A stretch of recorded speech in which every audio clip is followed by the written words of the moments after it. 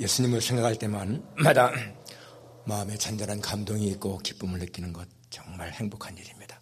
제가 늘 고백하지만은 이 찬양 부르는 시간이 저한테는 너무너무 행복한 시간. 오늘도 목사님의 찬양을 들으면서 정말 눈물이 이렇게 나네요. 감사합니다. 예수님 생각만 하는 것만으로도 우리는 너무나 행복한 삶을 살고 있습니다.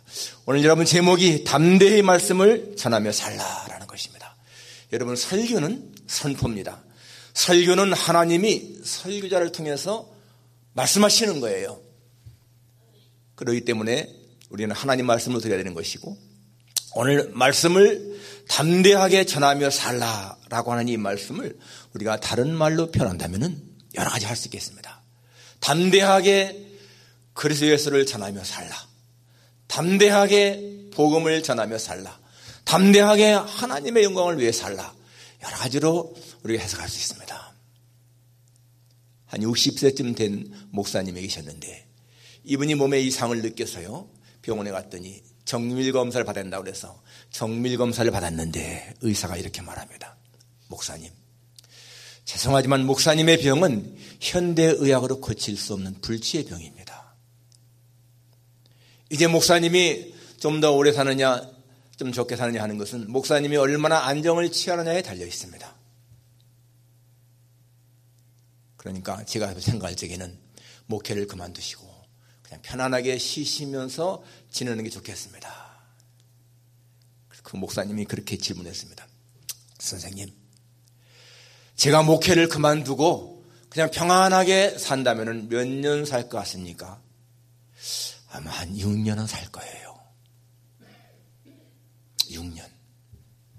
그러면은 제가 그냥 목회를 계속하면서 일하며 산다면 어떻게 될까요? 의사 말씀이 길어야 3년입니다. 길어야 3년.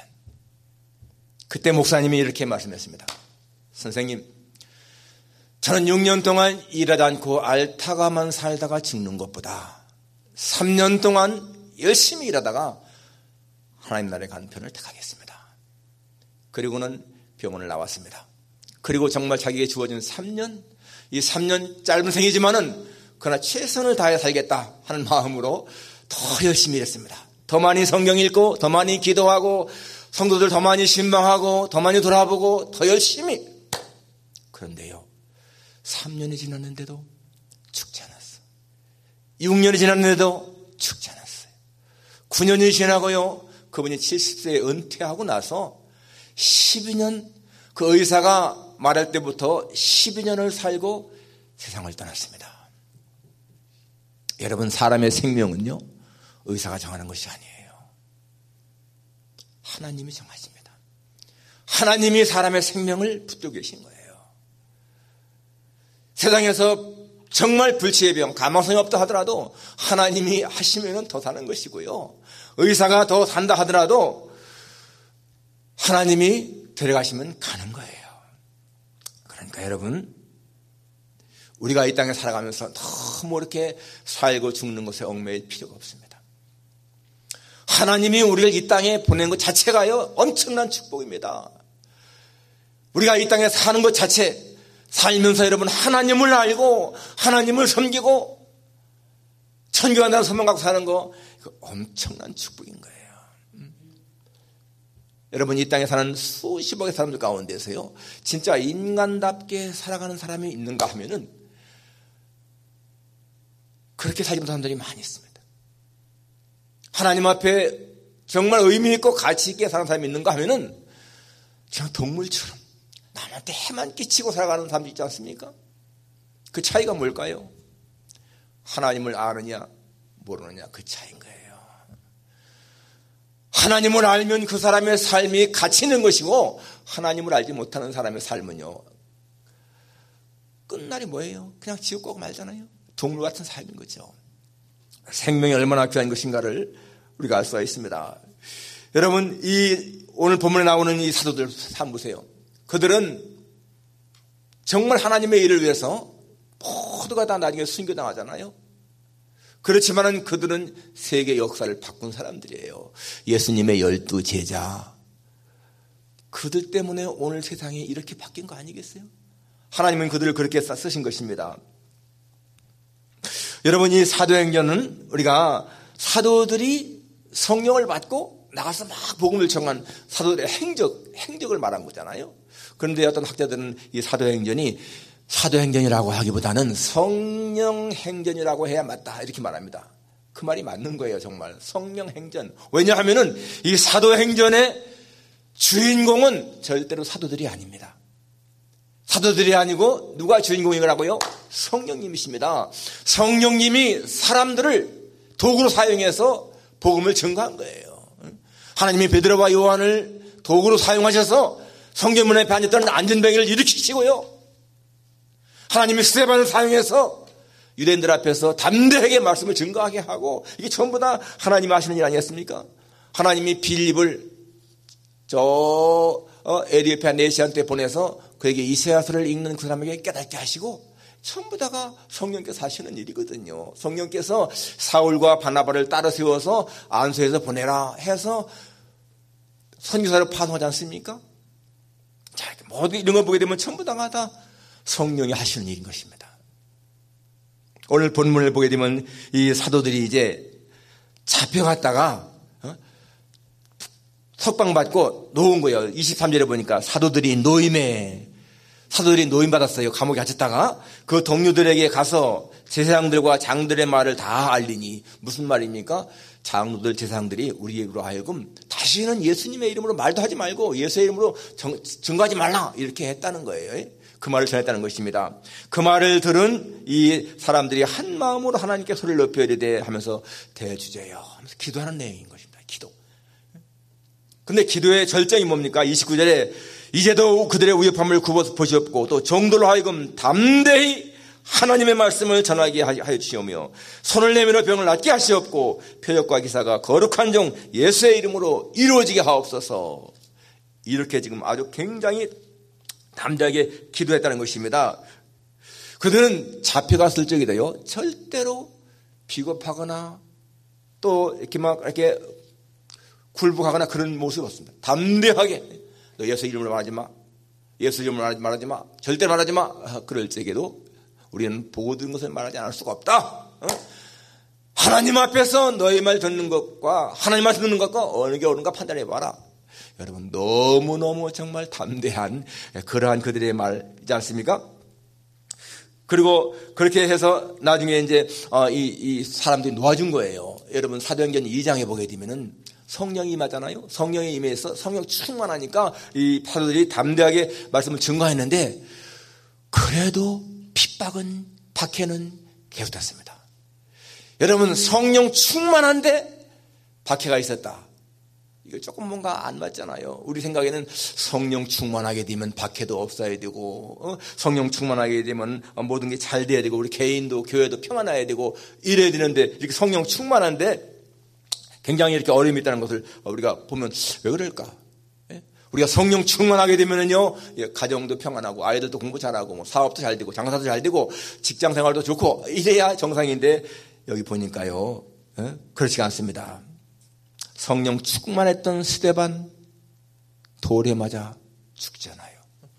성령 충만했던 스데반이 돌에 맞아 죽습니다. 성령 충만했던 사도들이 공에 잡혀가서 매를 맞습니다. 이렇게 성령 충만했는데 왜 그럴까?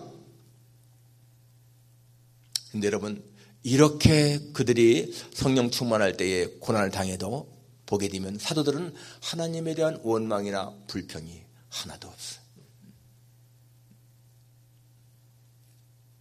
오히려 그들은 지금 이렇게 매를 맞고 돌아와서 어떻게 기도합니까? 대주제여, 하나님께 대주제여, 천지와 바다와 그 가운데 만물을 지으신 이시여. 대주제, 창조주 하나님. 그러면서 그들은요, 하나님, 우리가 하나님이라는데 왜 이렇게 고난하게 하십니까? 그러한 게 아니야. 전부 다가 나중에 보니까 우리로 하여금 담대하게 말씀을 증거하게 해주십시오. 고난을 당해도 굴복하지 않게 해주십시오. 그런 내용 아니에요? 보통이라면은 여러분, 우리가 하나님의 일을 하는데 하나님이 왜 이렇게 고난당하게 하십니까? 우리가 우리 일을 하는 게 아니잖아요. 하나님의 일을 하는데 하나님은 전능자이신데 우리를 좀 도와주시고 우리로 하여금 이런 고난당하지 않게 하셔야지 왜 고난당하게 하십니까? 이렇게 할 수 있는데요. 그들은 절대 그렇게 생각하지 않습니다. 그리고 또 그들은 이것이 자기가 고난당하는 것이 자기들의 죄의 대가라고 생각하지 않았습니다. 많은 경우에 사람들은요, 고난을 당하면은 내 죄인가 보다 이렇게 생각할 때가 많습니다. 여러분, 물론 어려움을 당할 때 자기의 죄를 돌아보는 건 참 좋은 거예요. 그런데 고난을 당할 때마다 이게 죄값이다, 여러분 이렇게 생각하는 건 절대 옳은 것이 아닙니다.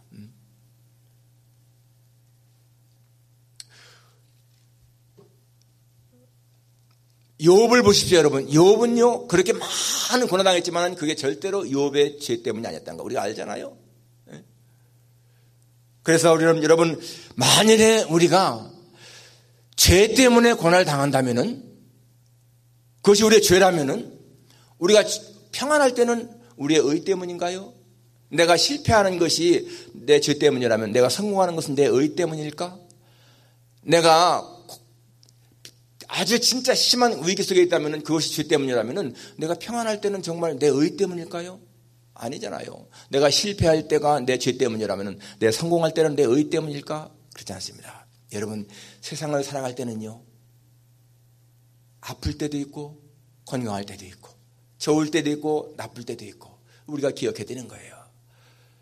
전도 3장에 보게 되니까 범사에 기한이 있고 모든 목적이 이룰 때가 있다. There is a time for everything and a season for every activity under heaven. 모든 것에는 때가 있다는 거예요. 뭐라고 나옵니까? 날 때가 있고 죽을 때가 있고, 그죠? 심을 때가 있고 뽑을 때가 있고, 죽일 때가 있고 치료시킬 때가 있고. 그렇습니다. 하나님이 모든 것을 지으시되 때를 따라 아름답게 하셨다. 예? God has made everything beautiful in His time. 하나님은 모든 것을 그 때에 맞게 하셨다는 거예요. 그렇기 때문에 여러분, 우리는 어떤 일을 당할 때 이것이 꼭 내가 죄 때문이다 그럴 것이 아닙니다. 그렇게 우리도 살아갈 때에 모든 걸 당해야 한다는 거예요. 하나님은 여러분 매를 딱 들고 있다가 잘못하면 너희는 왜 이렇게 죄를 졌어 하고 탁 때리는 그런 분이 아닌 거예요. 제가 이 교회 처음 왔을 적에요, 89년도에 왔는데 온 지 한 1년도 안 됐을 때예요. 우리 어떤 자매님, 그때 교회 나온 지 얼마 안 된 자매님이 교통사고를 당했어. 그런데 저한테 이러더라고요. 목사님, 제가 항상 운전할 때마다 기도하고 운전을 하는데 그때는 깜빡 내가 잊어버려서요, 기도를 안 해가지고 이런 사고를 당했어요. 여러분, 그 자매님이 교통사고 당한 것이 그 운전하기 전에 기도 안 했기 때문일까요? 절대 그렇지가 않은 거야. 그러면 여러분, 그렇게 사는 사람들은요, 굉장히 두려운 거예요. 하나님 앞에. 정말 마음이, 하나님은 조금만 잘못하면 매를 때리시는 분, 여러분, 그건 신앙생활이 율법적인 거예요. 아주 불안하게 하는 거죠. 하나님은요, 우리가 잘못을 범해도 오래 참으시는 분이라고 하지 않습니까? 정말 하나님 매를 때릴 적에는요, 100번, 1000번 내가 잘못했을 때 때리는 것이지, 한 번 잘못했을 때 탁 금방 때리는 그런 분이 아니라는 거예요. 수많은 사람들이 여러분 신앙생활하면서 자유를 잃고 있습니다. 그런 사람들은 하나님은 정말 조금만 잘못하면 매를 때리시는 분, 그런 사람들은요 복음의 자유를 모르는 거예요. 하나님은 절대로 그런 것이 아닙니다. 그러면 오늘 초대교회 성도들은 그렇게 핍박당하는 것이 자기들의 죄 때문이다 생각하지 않은 거예요. 그들이 이렇게 하는 것은 뭡니까? 바로 초대교회 성도들은 고난을 당하는 것이 복음을 전하기 위해서는 필요한 것이다, 그렇게 생각한 겁니다. 선교를 위해서는 필요한 것이다. 생명을 살리는 일을 하기 위해서는 고난이 필요한 것이다, 그건 거예요. 여러분, 우리가 정말 하나님의 일을 위해서는 그런 희생이 있어야 하는 것입니다. 우리가 하나님의 일할 적에는 고난이 없어야 한다, 이것은 잘못된 생각이라는 것이고요. 만일에 고난이 없으면 하나님의 일 하는데 더 좋을 텐데 이렇게 생각하지 않습니까? 그런데 여러분, 그렇지 않다는 것입니다. 여러분, 성경에서 하나님을 위해 가장 많이 일하는 사람 뽑으라면 누가 하겠습니까? 사도 바울이죠, 당연히. 사도 바울. 그런데 그가 뭐라고 고백하죠?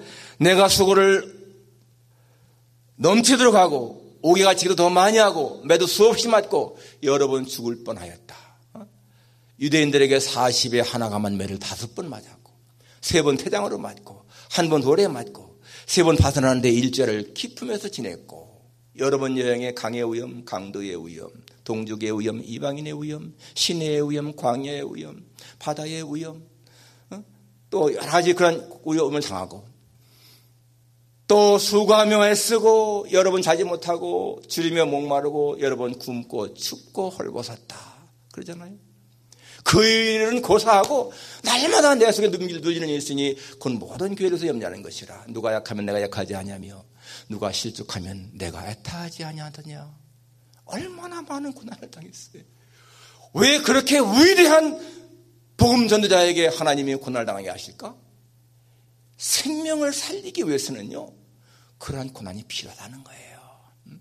그러한 고난을 감수하면서 그렇게 일하는 겁니다. 여러분, 그런데요, 사도 바울이 그렇게 하면서도 가장 마음속에 소원이 하나 있었습니다. 그것이 뭐였죠? 로마에 가서 복음을 전하자.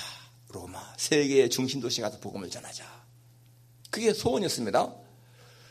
그러면은 하나님이 정말 이 사도 바울을 로마로 평안히 가게 해야 할 텐데 어떻게 갔습니까? 죄수의 몸으로 쇠사슬에 매여서 가잖아요. 그리고 로마에 가는 게도 지중해에서 유라굴로 광풍을 만나서 죽을 뻔하지 않습니까? 독사에 물려서도 죽을 뻔하지 않습니까? 그런 많은 고난을 통해서 로마에 갔습니다. 그런데 여러분, 무슨 일이 났어요? 로마에 가서 감옥에 갇혔는데, 감옥에 갇혔으니까 여러분 복음을 전하지 못할 것 같지 않습니까? 그런데 어떤 일이 왔습니까? 시위대에게 복음을 전했다. 시위대에게. 이 시위대가 누굽니까? 지금으로 말하면요, 대통령 한 경호실쯤, 비서실쯤 들은 사람, 거기인 거예요. 아마 건강하게 갔으면은 만나기 힘든 그런 사람들인데, 감옥에 있으니까 시위대 사람들 만난 거예요. 그래서 여러분, 그 로마의 고관들, 귀족들에게 복음이 증거됩니다. 나중에 바울이 이렇게 고백하죠. 빌립보 1장 12절에서. 나의 당한 일이 도리어 복음의 진보가 된 것을 너희가 알기를 원하노라. 나의 당한 일, 이렇게 감옥에 갇힌 일, 이것이 도리어 복음의 진보가 되었다. 복음을 전하는데 더 훨씬 유리했다. 그 말이잖아요. 그러니까 여러분, 하나님이 하시는 일은 이게 얼마나 오미합니까? 사람의 생각할 적에는 그냥 좀 건강한 몸으로 평안히 가서 복음을 전하게 되는데 죄수가 되어서 가게 했는데, 여러분, 그것이 도리어 복음의 진보가 되었다. 우리가 당하는 많은 고난이 있습니다. 여러분, 그런데 그 고난이요, 도리어 우리에게 유익을 준다니까요. 제가 지금까지 목회하면서 고난을 안 당할 적에는 금식기도 별로 안 했잖아요. 고난을 당할 때 금식 7일, 14일, 21일, 제가 가장 많이 금식한 것이 21일인데 그 21일 금식했을 적에는 가장 어려울 때였어요, 교회가. 그리고 7일 금식할 적에도 교회가 막 문제가 있어 어려울 적에, 그런 걸 통해서 하나님은 문제를 해결하시는 거야. 그러니까 여러분이 고난을 당한다고 하는 것이요, 절대로 불행이 아니라니까. 하나님은 그러한 일을 통해서 더 위대한 일을 하십니다. 오늘 29절에 뭐라고 말하죠? 주여 이제도 그들의 위협함을 굽어보시옵고 종들로 하여금 담대히 하나님의 말씀을 전하게 하여 주시오며. 지금 여러분, 베드로와 요한이 막 이제 추격했는데 또 잡혀 들어갈지 몰라요. 또 다 체포당할지 몰라. 언제 죽을지 몰라. 그러한 상황이지만 하나님이여 지금 이 위협함을 좀 굽어보십고. 그러면서도 뭐라고 하십니까? 하나님 이 고난 면하게 해주십시오. 이런 게 아니잖아요. 뭐라고 했습니까? 담대히 말씀을 전하게 해주십시오. 더 복음을 전하게 해주십시오. 그리고 손을 내밀어 병을 낫게 하시고 표적과 기사가 거룩한 영 예수의 이름으로 이루어지게 하옵소서. 그들의 제목, 그들의 이 기도는요, 자신들의 유익을 위한 것이 조금도 아니야. 자신들의 안전을 위한 것이 아니야. 그저 하나님의 말씀을 전하기 위한. 그러니까 뭐라고 나와요? 다음에 빌기를 다하매 모인 곳이 진동하더니 무리가 다 성령이 충만하여 담대 하나님의 말씀을 전하니라. 그러한 기도하고 나니까 이 기도가요, 하나님 마음에 합한 것이니 하나님이 기쁘시고 한 것이거든요. 그러니까 하나님이 성령 충만하게 했다라는 것입니다. 예, 여러분 여기 지금 이 사람들의 기도의 제목은 성령 충만이 아니었습니다. 말씀을 전하게 해주십시오 그랬는데 하나님은 말씀을 전할 수 있도록 성령의 충만함을 주었다. 여러분 굉장히 중요한 말씀입니다. 여러분 여기에서요 우리가 기도의 원리를 깨달아야 되는 거예요. 기도의 원리. 말씀을 전하게 해주십시오 하니까 성령 충만을 주었다. 왜? 말씀을 전하려면 성령 충만해야 되니까. 여러분 솔로몬의 기도를 보십시오. 그렇게 1000번제를 드리고 나니까 하나님께서 참 솔로몬아 내가 그렇게 기도하니 기특하다. 내가 내게 뭘 줄까? 그럴 적에 솔로몬이 어떻게 했죠? 백성을 잘 다스릴 지혜를 주십시오. 지혜. 하나님이 어떻게 말씀했죠? 네가 장수도 구하지 아니하고 부도 구하지 아니하고 원수의 생명멸하기도 구하지 아니하고 백성을 잘 다스릴 지혜를 구했으니 내가 네게 지혜롭고 총명한 마음을 주겠다. 그뿐만 아니라 내가 구하지 아니한 부와 영광도 내게 주겠다. 여러분 이것이요 기도의 원리를 깨닫는 거예요. 우리는 하나님 앞에 흔히 하나님 이것도 주십시오. 저것도 주십시오. 이것 주십시오. 이렇게 기도하는데 여러분 오늘 여기 말씀처럼 하나님 내가 하나님의 일을 잘할 수 있게 도와주십시오. 말씀을 증거할 수 있게 도와주십시오.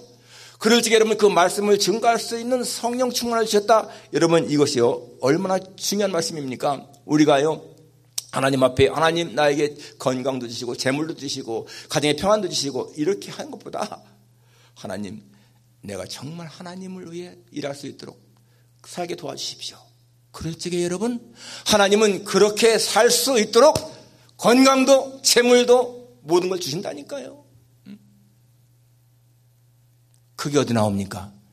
그게 마태복음 6장 33절인 거예요. 너희는 먼저 그의 나라와 그의 의를 구하라. 그리하면 이 모든 것을 너에게 도와주리라. 먼저 구하라는 게 뭡니까? 그게 하나님의 영광이잖아요. 하나님을 위해서. 그런데 만약에 우리가 하나님 나한테 건강도 주시고 재물도 주시고 평화도 주시고 지혜도 주십시오. 그러면 하나님이 내가 그렇게 주면 너 뭐 할 텐데 내가 그러면 하나님 영광을 위해 살겠습니다. 그러면 그냥 먼저 하나님의 영광을 위해 살겠다고 그 먼저 기도하면은 내가 다른 거 다 줄 텐데 그걸 먼저 구하냐? 그러지 않겠어요?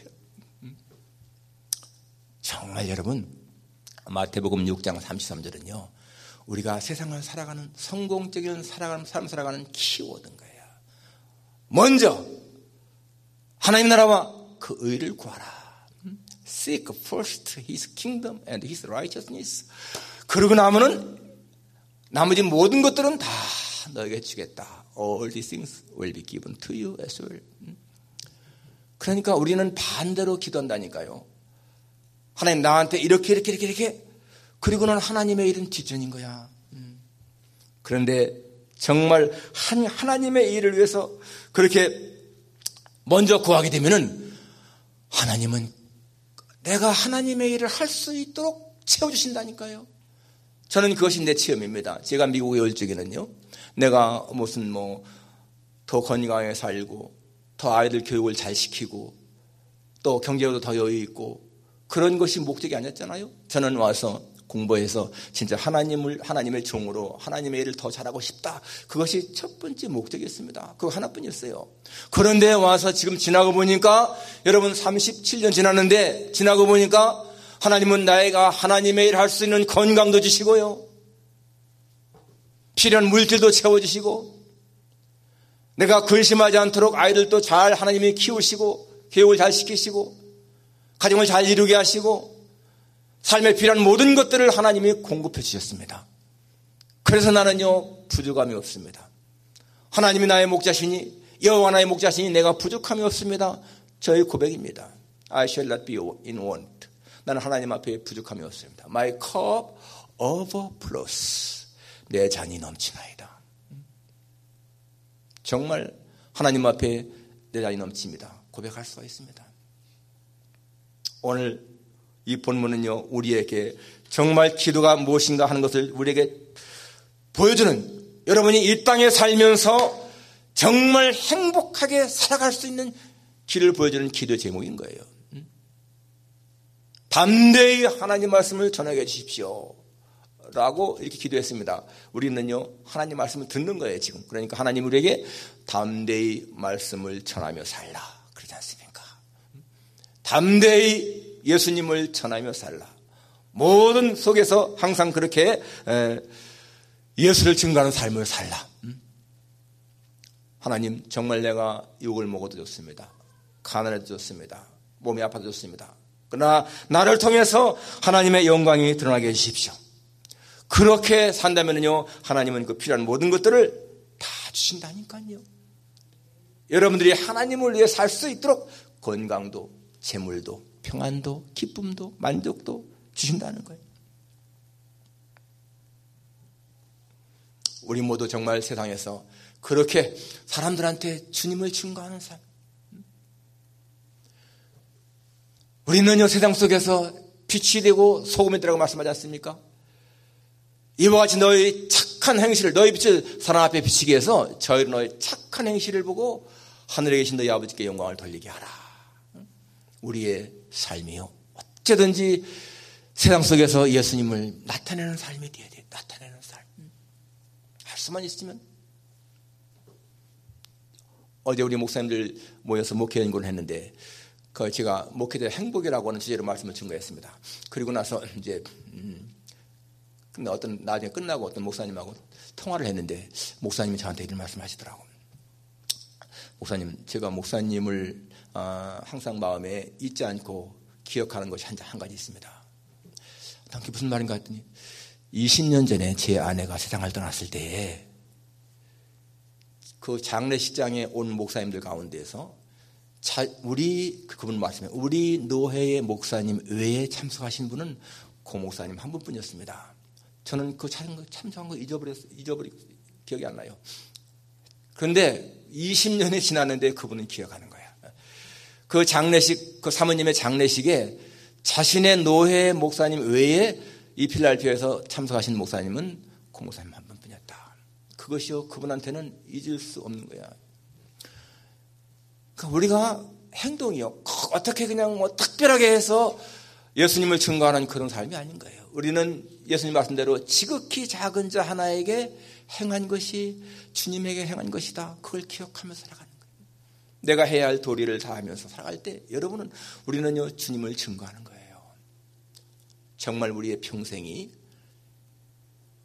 말씀을 담대하게 증거하는, 예수님을 담대하게 증거하는, 복음을 담대하게 증거하는 삶이 되기를 예수님의 이름으로 축원합니다. 기도하겠습니다.